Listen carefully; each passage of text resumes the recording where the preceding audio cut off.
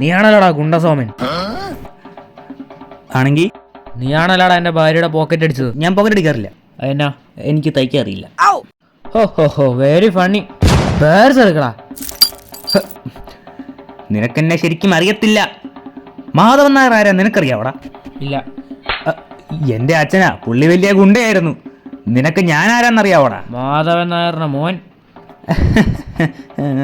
അതിൻ്റെ അത് 10,000 rupees ഉണ്ടായിരുന്നു. 10 ട്രൗസറോ? പേഴ്സ് എടുക്കടാ. എങ്ങനെ കേട്ടില്ല? പേഴ്സ് എടുക്കടാ. അങ്ങനെ മര്യാദയ്ക്ക് പറഞ്ഞാൽ ഞാൻ തരും. ഇന്ന് കേട്ടാ വേണ്ട ഒരു ഷോ.